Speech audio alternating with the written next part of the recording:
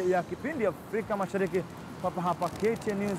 Basi nichukue mapumziko mafupi, lakini taarifa tele tumeweza kuziandaa katika sehemu ya tatu.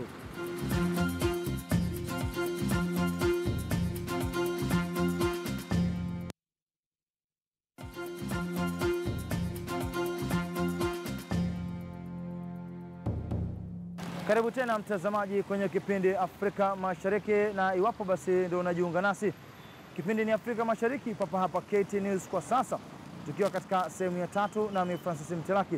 Tuangazie mengi kuhusiana na masuala ya mazingira na maendeleo, ambapo wengi wanasema iwapo masuala haya mawili yatawekwa kwa pamoja, basi huenda ni lugha gongana, utachukua moja baada ya lingine, au itakuwa vipi?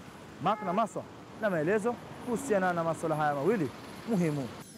Tangu enzi za karani wa mji wa Nairobi John Gakuo na kabla yake, upanzi wa miti na mazingira umeenziwa na wakazi.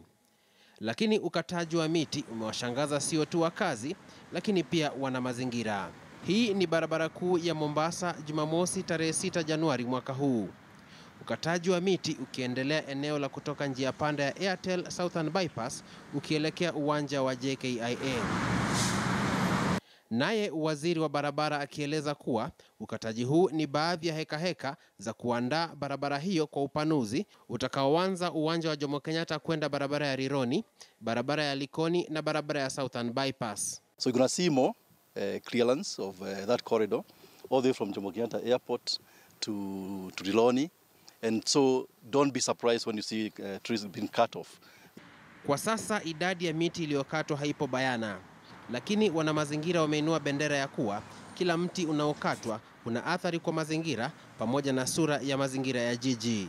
And clearly when you are in the areas like Umoja and you come to areas of Langata, it's like two different worlds, because the climatic conditions are totally different.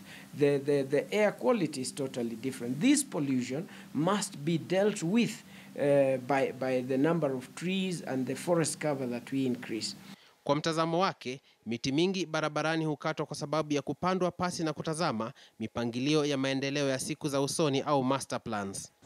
Lakini usafi wa maji, ukuzaji wa chakula na afya huathirika pamoja na kupoteza aina nadra za miti.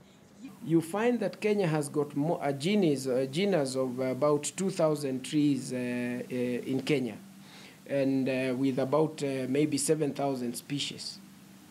Go to UK, you find just about 50 types species of trees, and at one time they had much more than what we have in this country.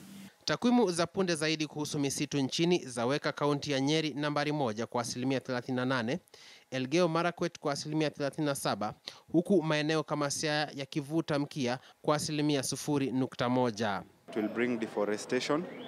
Second of all, there will be our land will be dry because there will not be enough rain, because the trees will not be able to kuvuta maji. I don't support the destruction of the trees.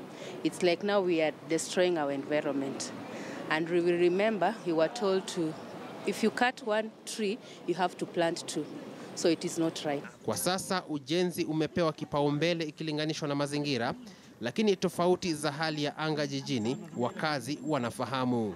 Wakazi wa Nairobi hudai kwamba maeneo ya Eastlands kuna joto jingi ikilinganishwa na Westlands, na mbali na tofauti za mwinuko, huenda uchache wa miti au misitu ukawa sababu nyingine. Mark na Maswa, KTN.